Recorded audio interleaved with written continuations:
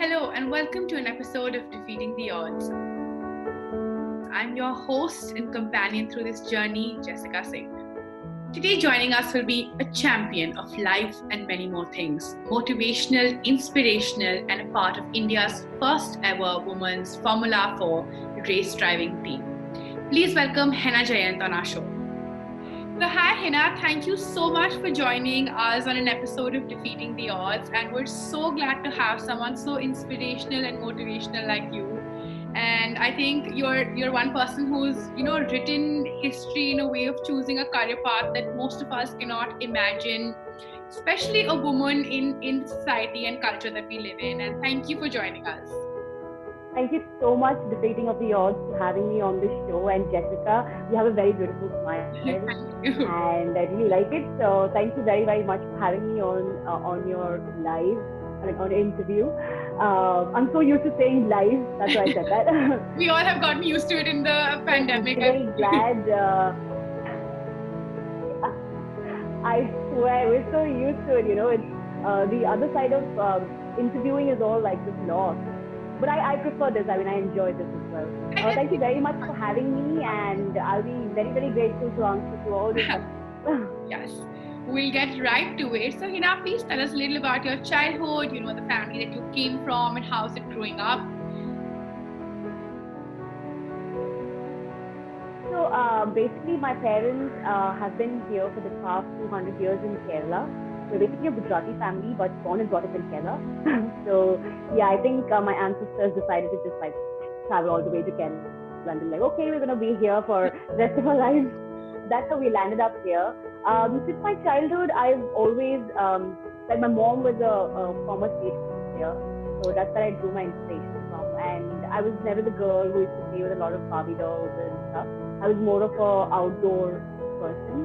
So I think, so since I've been living in a building. Since I've been born, we've been in the same apartment. Wow. So, I think it's important because we live in a very close society. We deal with a lot of cultures since our childhood. So I think with all of that growing up, I think it's been a great experience, and it would be difficult for me to live in a house secluded. So I think this is something I enjoy, and I've been here. I did all my schooling in Calicut. Okay. Then I moved to Bangalore to pursue my master's, and then I moved to the UK. Yeah, I came back home. Manchester, I believe. I did read up. Yes. So. Yes, I know. You said you were never this girl who used to play with Barbie dolls, and you were always this person into sports. So, how was that journey of enjoying something as a passion and, maybe taking it forward in terms of your cricket and, of course, the career path that you've chosen as a Formula 4 racing driver?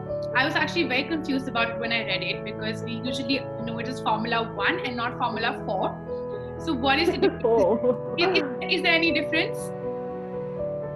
It's a huge difference. We drive like the most basic cars. Okay. Yeah. So basically, for me, I think sports has always been like with me since I was a child. Like I told you about my mother, and she's been a very, very great inspiration. So if you have somebody at home, it's easier for you to kind of express what you feel towards a particular sport. So since I think I was in school, I used to play a lot of badminton with my mom in the same school because she was teaching in the same school I was studying. And then I went into playing cricket. So she was like, okay, if you want to like take this ahead and you want to, yeah. So basically my mother was the one who actually inspired me. So cricket was something that just I was just trying it out, and I was just playing on the ground one day, and I thought, okay, maybe I should just try it.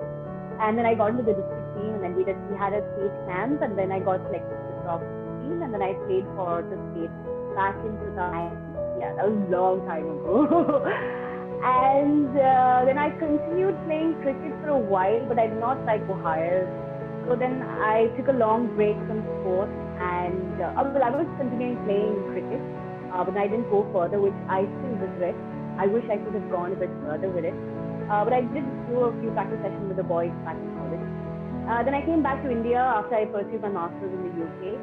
And so I was going through a very bad phase of my life, and yes. very low and down. Yeah. So, Hina, So how was college?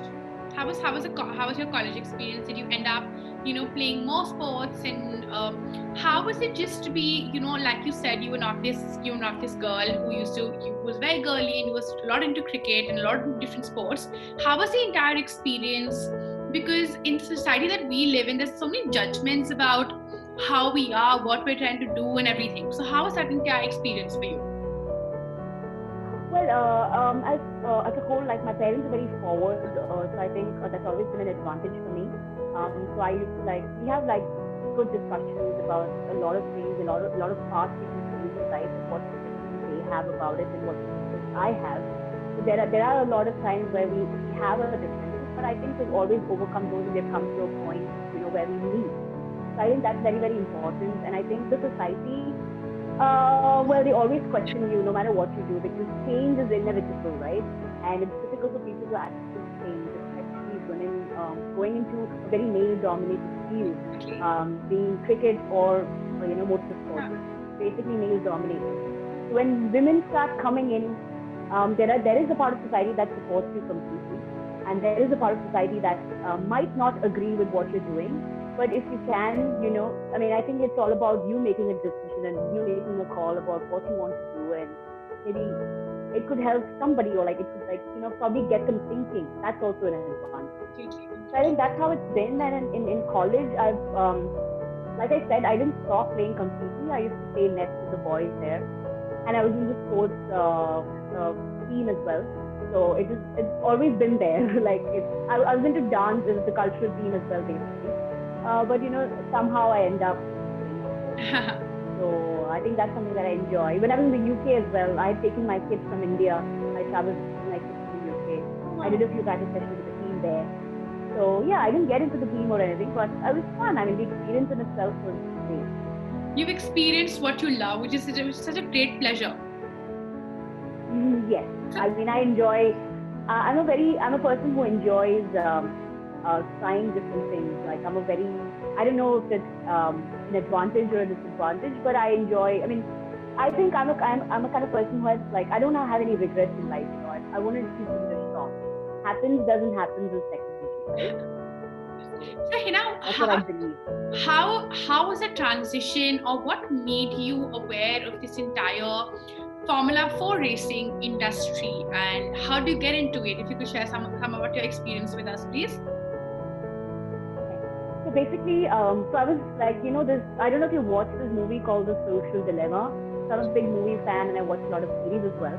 So I was just watching it recently, and it caught my attention. So I was going through a very sad phase of my life where I was dealing with a lot of depression and anxiety, and social media was one big problem for me. Like I couldn't deal with a lot of things. I couldn't see like probably even my friends chilling, and I'm like, okay, I'm just at home doing nothing, and I'm not achieving anything in life.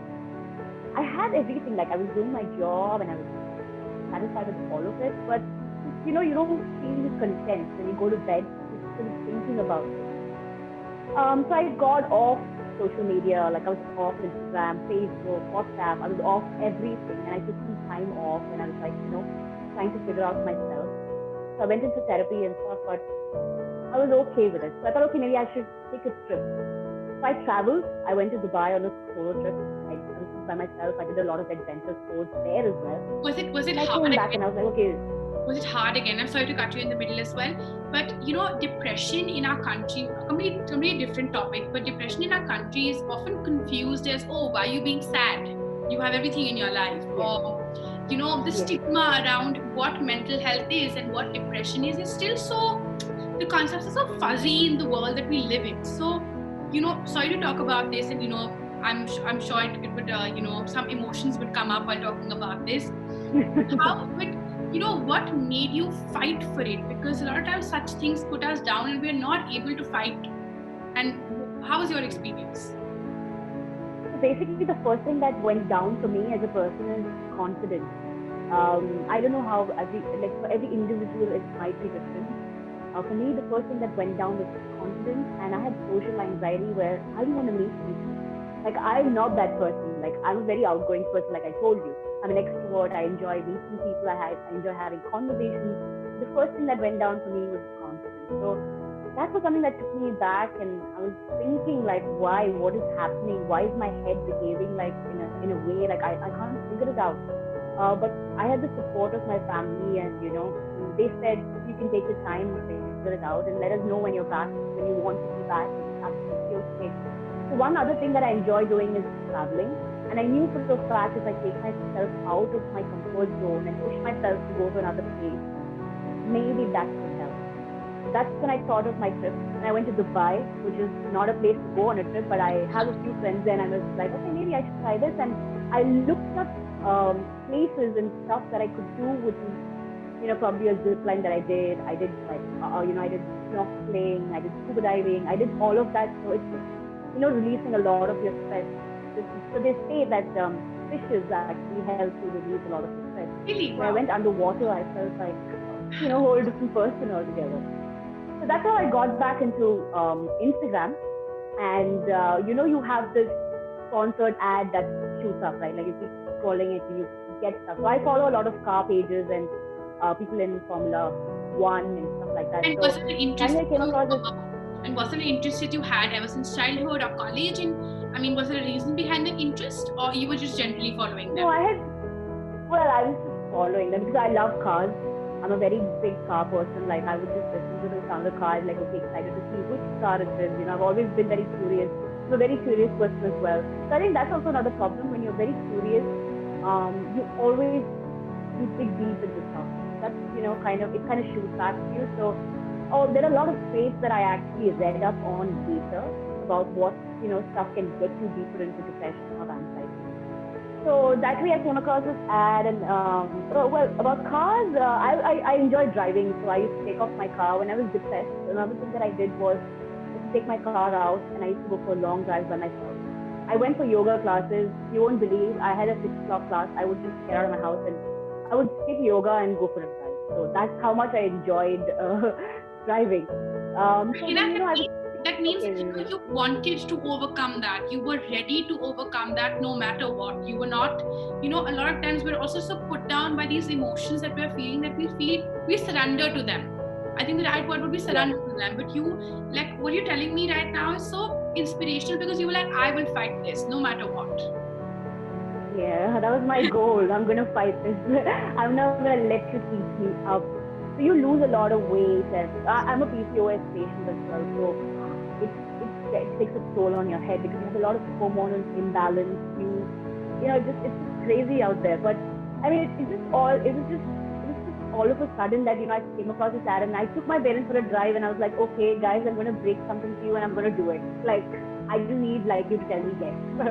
And I took them for a drive, and then I told them that I came across an ad on Instagram, and I'm going to apply for this all-women team, which is in Coimbatore, and it's a Formula car that I'll be driving. I have no idea about how it works and nothing, but I'm just going for it because I feel like, I need a change. Like I need a constant change.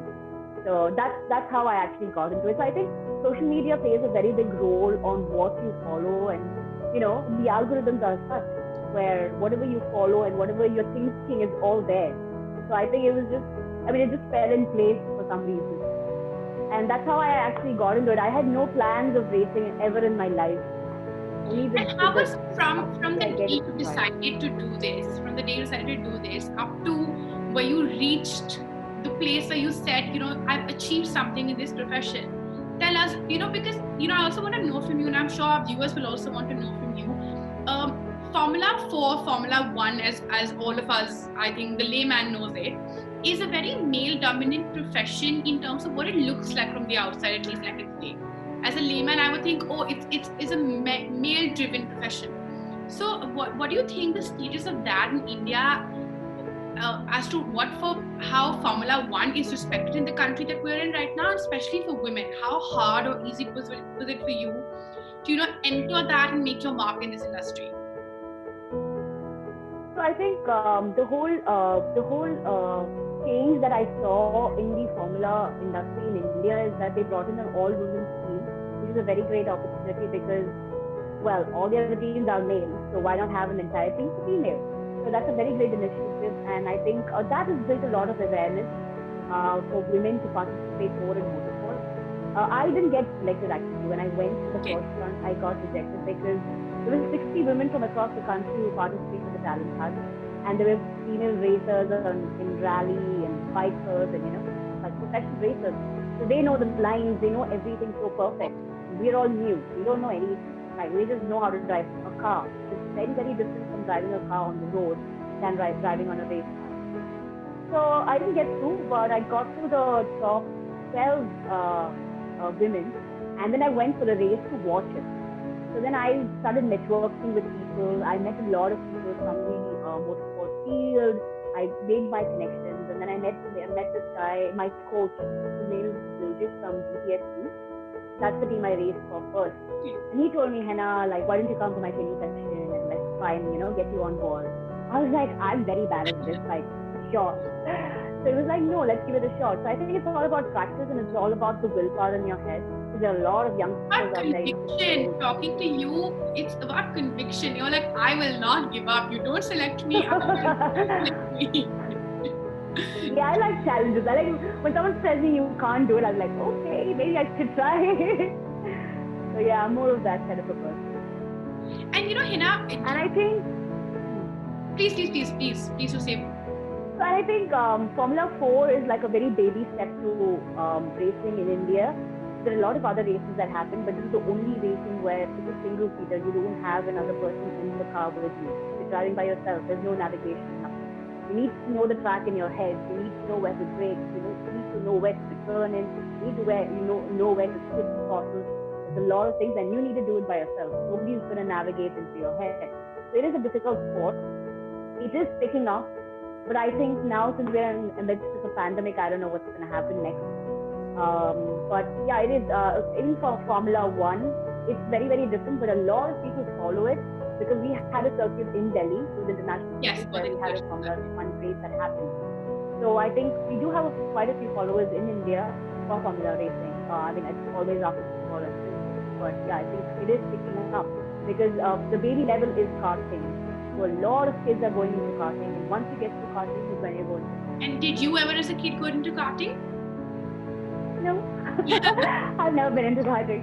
I've only been like, those dashing cars, and I think that's what I've done because in Kerala, another thing is we don't have a track in Kerala. That's another disadvantage that we have. We can't just go to a karting zone and practice. One opened here, it got shut. So the awareness in Kerala about motorsports is very less. It's more of rallying and off-roading and biking, and that's a lot. A lot of it happens here. But motorsports is still like a baby in Kerala. And so I think that's something that I want to take up. If you had to put light into the different odds, the different difficulties that you face along this journey in terms of the day you decided that they have to select you, which is amazing, and to where you've reached today, because I think a lot of people will be very inspired by knowing these odds that you face, and still you're here talking to us with this huge smile on your face and sharing your beautiful journey with us. Yeah, I think odds are everywhere, like even if it's your life as such or whatever career path you choose, whatever, sports or like anything you choose, like anything that's in your mind, you have obstacles. Those are the odds that you have to beat on your own. I think when it came to cricket first in the beginning, it was 2005, which is a long time ago, and people's mentality was very, very different then from now. Like now we have a women's cricket team playing internationally and doing well. So back then it was very different, and it was very difficult for people to tell that, okay, we have a women's team, we want them to play. Convincing other people, convincing the board was a task.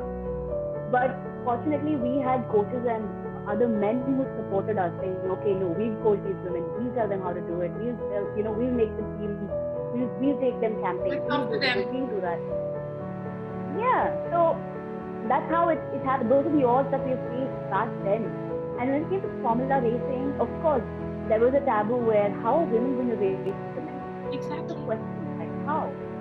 Are there going to be more crashes? Are there going to be more accidents? You wouldn't believe that we are more safe drivers than they are, even on track. Like women can't drive, and look at you. You're going to be you're a Formula 4 race driver and you're going to teach them how to drive. Yeah, it's a very different feeling. Like, I've been bullied on roads, I've been harassed on roads, and they just look at me like, okay, why? Or like, how can a woman overtake me? Why? It's a road. Anyone can overtake anybody they want to. And the steering wheel doesn't know if it's a male or a female driving it, right? It's a steering wheel. And it's your connection with the steering wheel that is, that's what I feel. I always am very connected to the steering wheel. And I know that my car is not going to give up. There are a lot of instances that you have in your head, like even you're driving on a race with, like, we were driving with 20 boys, which is 2 girls and 20 boys in fact. I was nervous, like I was really nervous. But once, the lights go off and you're just driving, there's nothing. You don't think of anything. You don't think of your male counterpart. You're only thinking about yourself, your car, and how you're going to handle it and bring it back home. That's all you think about. So yeah, the odds, like, one was a societal pressure. I think there's something it's taboo where. Yeah, I think it's just that thing, that women can't drive, women are not. It's just that whole, that idea about how women are into driving, and I hope that changes someday, because we're also good drivers. Not as bad as we don't crash into people. We're very safe with our cars. That's why we're very cautious on roads, I believe. So I think that was one thing that I faced. Then every sport has politics. Okay, like that's the hard truth of sport. So you stay out of it. I think staying safe is the best. Don't get yourself into trouble. I've always stayed out of trouble. Yeah, and be professional. So if you're professional, nothing can stop you from doing what you want. Like the process might be slower, but you'll achieve what you want. You know what I mean? Like you're not really trying hard to get in. You're there because of your talent. So I think if you prove what you are and you get in, you have a different kind of talent.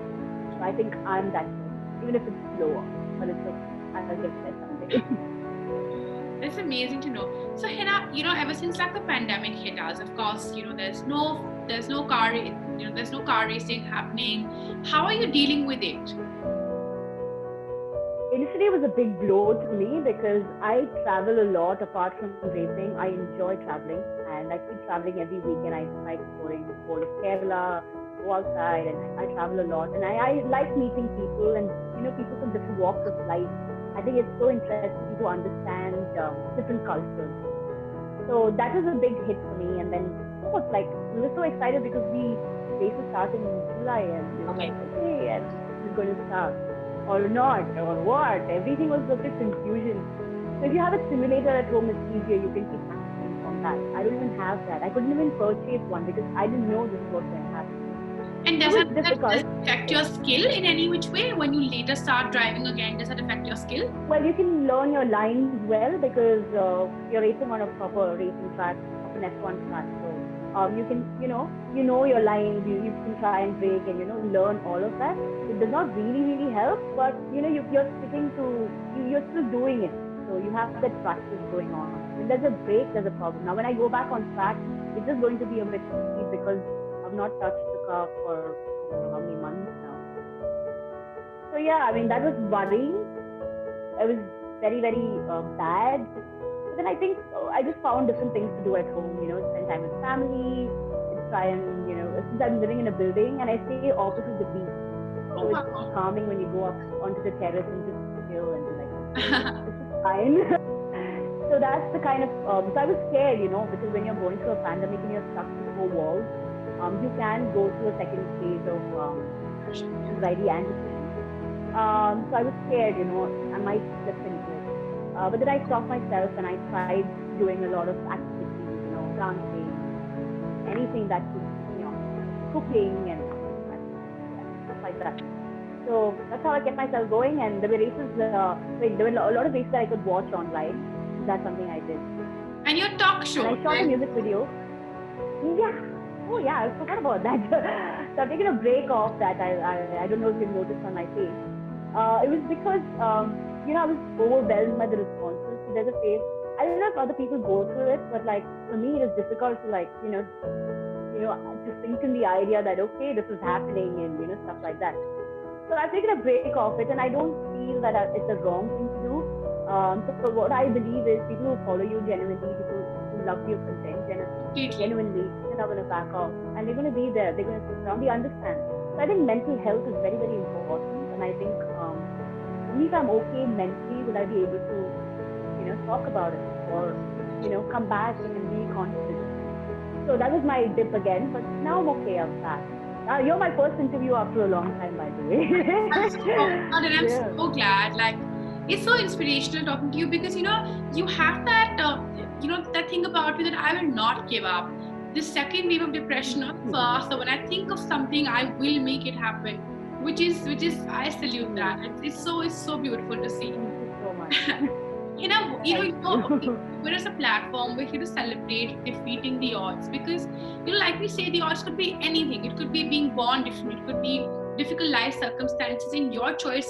In your case, I would say a choice that you made of, pursuing a professional dream, which we don't see as the society does not see as a common dream to be followed, I would say. And what is the advice would you like to people out there who are battling with any odd in their life and probably every odd in their life right now, and they're battling through it and they need some, motivation to get up and like you, be like, I will defeat this? Well, what I feel is, so odds are there in everybody's life, and I've been through major overthinking odds that I still face. I still have these thoughts running in my head that I can't control. So I think what you need to do is, like, when you wake up, I think first thing is, like, I don't feel like, you should be taking your phone. You should calm down, take 5 minutes, talk to yourself. Like, okay, this is what I'm going to do today. Start writing. Like, I feel like I've got a lot of relief where I write down my thoughts. So it's pen down. Maybe I'm a bit old school, but I enjoy doing that. I do that too. And I think it releases a lot. Yeah. So I think it releases a lot of stress, like just writing down your thoughts. It's just like, okay, it's there in the book. Like, it's off my head. And battling your thoughts is a major task. But if you can do it, you can achieve anything you want to. And if you have dreams and goals, which I did not set for myself, honestly, I'm not a very big person who has set goals and visions in life. No, I'm not. That are very spontaneous, rather. But if you do have dreams and goals, you should give it a shot. Like, I feel like giving it a shot, and you're not going to have any regret. Being a man, a woman, doesn't matter. You just need to go out there and do it. Oh, the result of it is not in your hands. So it has to be done without any expectations. And I think that's the most content thing ever. Like, just having no expectations and fighting away all the negativity in your head and in your surroundings is something that you will achieve over time. So once you do, I think you can fight anything you want. Like, it could anything. Yeah. So I think you don't need to have. Yeah, it's all there in your head. Your head is just playing you. That's all. But if you can find a way out, it could be a very small achievement, like, just waking up and, okay, making a tea for myself. You wouldn't do it if you're depressed. Like, I couldn't do that. Then one day I thought, okay, maybe I should just try. And you can try it. So it can be, you need not conquer the world. You need not show other people what you're doing. Your satisfaction could be the smallest thing. But if you overcome it, the next time you'll face more confidence. So I think it's all about taking those chances and just doing it. I mean, that's what I would do. That's amazing. That's so inspirational to hear. And thank you, Hina, for sharing your story with us. And thank you so much for being this woman of power and making India proud, making us proud. Thank you very much, Jessica. It was wonderful speaking to you, and you're a very beautiful smile. Thank you so much. Thank you, Hina. Thank you for joining us. All right. See you around. Bye. Bye.